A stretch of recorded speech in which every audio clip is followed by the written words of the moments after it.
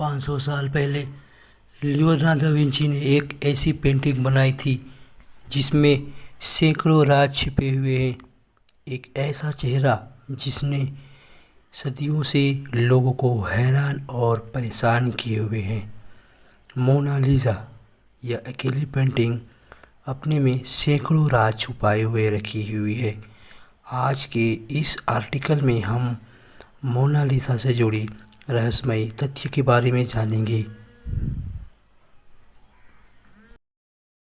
Number 1, 23 जून 1852 में Mexico के एक यंग ऑस्टिन ने पेरिस के एक होटल के चौथे मंजिल से कूदकर अपनी जान दे दी। वह मोनालिसा के रहस्यमय मुस्कान के लिए पागल था। उसने एक सिंडलाइन नोट भी छोड़ा जिसमें उसने वर्षों प्यार और इंतज़ार की बात की थी। नंबर 2, मोनालिसा के बारे में जो सबसे रहस्यमय बात है, जो कलाकार और विचारों को सबसे ज़्यादा सोचने पर मजबूर करती है, वह मोनालिसा की मुस्कान है, जो अलग अलग एंगल से देखने पर अलग अलग दिखती है, मतलब बदलती रहती है। पहली बार इस पेंटिंग को देखने पर यह मुस्कुराते हुए दिखती है, फिर फीकी पड़ जाती है और अंत में गायब हो जाती है। नंबर 3, कुछ साल पहले डॉक्टर ने यह कहकर सबको हैरानी कर डाल दिया था कि मोनालिसा की रहस्यमय मुस्कान का राज उसके ऊपरी 2 दांतों का टूटा हुआ होना। यही वजह है कि उसका ऊपरी होंठ थोड़ा दबा हुआ है। सन 2000 में हार्वर्ड यूनिवर्सिटी के एक न्यूरोसाइंटिस्ट ने यह बताया कि मोनालिसा मुस्कान नहीं बदलती बल्कि इंसान का माइंड सेट बदलता है। मतलब फिर कि यह आपके दिमाग का खेल है। जैसा आप मोनालिसा को देखना चाहते हो यह वैसा ही दिखेगा। यह इस चीज़ पर निर्भर करता है कि आप किस चीज़ पर फोकस कर रहे हो। नंबर 4, लियोनार्डो दा विंची ने मोनालिसा को 1503 में बनाना शुरू किया था और 1517 तक इस पर काम करते रहे। उनको सबसे ज़्यादा समय मोनालिसा के होठों को बनाने में लगा था। नंबर 5, मोनालिसा की एक बेहद खूबसूरत पेंटिंग है और शुरू से ही काफ़ी मशहूर है, लेकिन इसकी लोकप्रियता तब तक बढ़ी जब तक इसे पेरिस के एक म्यूज़ियम से चुरा लिया गया था। नंबर 6, दुनिया के सबसे मशहूर पेंटिंग को दुनिया के सबसे बड़े म्यूज़ियम से चुरा लेना एक बहुत बड़ी हैरान कर देने वाली घटना थी। लेकिन इससे भी हैरान कर देने वाली बात यह थी कि इसके चोरी के इल्ज़ाम में जिस व्यक्ति को शक के घेरे में रखा गया था वह थे एक महान पेंटर पेलो पेस्को। बाद में काफ़ी पूछताछ के बाद उन पर से यह इल्ज़ाम हटा दिया गया। नंबर 7, 21 अगस्त 1911 को इस पेंटिंग को चुराया गया था, लेकिन उस दिन इस चोरी की तरफ किसी ने ध्यान नहीं दिया। इस पर अगले दिन नोटिस किया गया और फिर इंस्पेक्शन के लिए म्यूज़ियम एक हफ्ते के लिए बंद कर दिया गया और काफ़ी छानबीन के बाद पता चला कि इस पेंटिंग को म्यूज़ियम के एक वर्कर लियोना फेर्गुरी ने ही चुराया था। वह म्यूज़ियम के एक छोटे से कमरे में छिप गया था। म्यूज़ियम के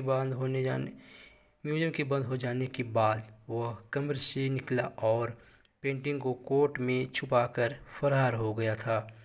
नंबर 8, 2 साल बाद इस पेंटिंग का पता लगा जब वेंजिको इस पेंटिंग को इटली के फ्लोरेंस शहर के आर्ट म्यूजियम के डायरेक्टर को बेचने के लिए जा रहा था। 2 हफ्ते तक इस पेंटिंग को इटली के उसी म्यूजियम में रखा गया। फिर 4 जनवरी 1914 को वापसी से पेरिस के म्यूजियम में लाया गया। विल्को को इस गुनाह के लिए 6 महीने की जेल हुई। नंबर 9, मोनालिसा एक जुड़वा पेंटिंग भी मौजूद है जो बिल्कुल लियोनार्डो दा विंची के मोनालिसा पेंटिंग जैसी दिखती है। कहा जाता है दूसरी पेंटिंग को लियोनार्डो दा विंची के टाइम्स में उन्हें स्टूडेंट फॉरेंसिक म्यूजियम ने बताया था। यह दूसरी पेंटिंग स्पेन की राजधानी मेरोन के म्यूजियम में रखी गई है। नंबर 10, आज तक यह बात रहस्यमय है कि मोनालिसा कौन थी। यह तस्वीर किसकी बनाई गई थी, यह कौन औरत थी। ज़्यादातर इतिहासकारों को मानना है कि इस पेंटिंग में जो औरत है वह लीजा ग्रेंडे की है, जो कि फोर्सेस की एक इटालियन औरत थी। लेकिन एक विरोधाभास यह भी है कि मोनालिसा पेंटिंग दा विंची की खुद की तस्वीर है, मतलब कि उन्होंने इस पेंटिंग में खुद को एक औरत के रूप में दिखाया था। ये कितना सच है कितना झूठ, इसके बारे में खैर मुझे भी नहीं पता। नंबर 11, इस पेंटिंग को कई बार नुकसान पहुंचाने की कोशिश की गई। 1956 में एक बेलोन टेररिस्ट ने मोनालिसा पर एक पत्थर फेंका था, जिसकी वजह से मोनालिसा की एक बाएं आँख की कोहनी के पास एक छोटा सा निशान आ गया था। बाद में रिस्टोर कर दिया गया। इसके बाद इसकी सुरक्षा को देखते हुए इस पेंटिंग को एक बुलेट प्रूफ गिलास के अंदर रखा गया। नंबर 12, दा विंची एक अच्छे राइटर भी थे, लेकिन हैरान कर देने वाली बात यह थी कि उन्होंने इस पेंटिंग के बारे में कहीं भी नहीं लिखा। नंबर 13, द्वितीय विश्व युद्ध के दौरान मोनालिसा पेंटिंग को 6 बार इसकी जगह से हटाया गया ताकि यह बेशर्मी पेंटिंग जर्मनी नाजियों के हाथ ना चली जाए। दा विंची के एक स्टूडेंट ने 1514 से 1516 के बीच मोनालिसा पेंटिंग का एक नीरो वर्जन भी बनाया था, जिसे मोनालिसा कहा जाता है। ये आप चित्र देख रहे होंगे, इसके हाथ और बॉडी की पोजीशन बिल्कुल मोनालिसा की तस्वीर की तरह है। दा विंची ने मोनालिसा को पेंट करने में 30 से भी ज़्यादा लेयर्स का इस्तेमाल किया था। उनमें से कुछ लेयर्स तो इंसानी बालों से भी बारीकी थी। रिकॉर्ड के अनुसार मोनालिसा दुनिया की सबसे महंगी पेंटिंग है। 1962 में इसकी कीमत $100 मिलियन आंकी गई थी। 2019 में $700 मिलियन के आसपास है। 1519 में विंची के मृत्यु के बाद मोनालिसा फ्रांस की राजाओं के प्राइवेट कलेक्शन का हिस्सा बन गई। यह पेंटिंग नेपोलियन को इतनी पसंद आई थी कि कुछ समय के लिए उन्होंने इसे अपने बेडरूम में लगवा दिया था। मोनालिसा पेंटिंग की साइज 13x21 इंच की है। इसका असली वजन 8 किलोग्राम है। लियोनार्डो दा विंची ने इस पेपर पर नहीं बनाया था, बल्कि लकड़ी के पैनल पर ऑयल पेंट से बनाया था। जब आप इस पेंटिंग को देखते हो तो मोनालिसा की आईब्रो नहीं दिखाई पड़ता है। अब सवाल उठता है कि दा विंची ने मोनालिसा की आईब्रो क्यों नहीं बनाई थी। सन 2017 में एक फ्रेंचो इंटरव्यू पासपोर्ट ने हाई कलेक्शन सेक्शन से पता लगाया कि लियोनार्डो दा विंची मोनालिसा की आईब्रो को बनाया था, जो टाइम के साथ धीरे धीरे गायब हो गई।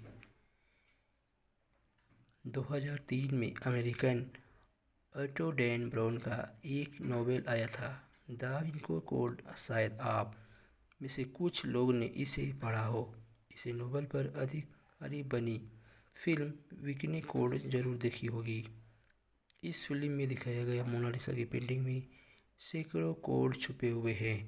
अपने नोवेल का पॉजिटिव करते हुए डैन ब्राउन ने दावा किया था कि वह मानते हैं कि पूरी किताब फिक्चर पर आधारित है, लेकिन बुक में जो इन्फॉर्मेशन दी गई है वह सत्य पर आधारित है, जिसके लिए उन्होंने काफ़ी रिसर्च की है। इस किताब और फिल्म का इसराइलियों ने जमकर विरोध किया, क्योंकि उनका मानना था यह हिस्टोल इनकरेक्ट है। बहुत लोगों का मानना है कि लियोनार्डो दा विंची के मरने के बाद उनकी पेंटिंग मोनालिसा को दोनों तरफ से थोड़ा थोड़ा काट दिया गया, क्योंकि मोनालिसा की जो शुरुआती रिप्लेस है जो विंची के समय के ही पेंटर ने बनाई थी, उन्होंने दोनों तरफ फिलर दिखाई देते हैं। क्या आप कभी सोचा है इटली की सबसे मशहूर पेंटिंग मोनालिसा इटली में क्या क्यों नहीं है? यह पेंटिंग फ्रांस कैसी चली गई?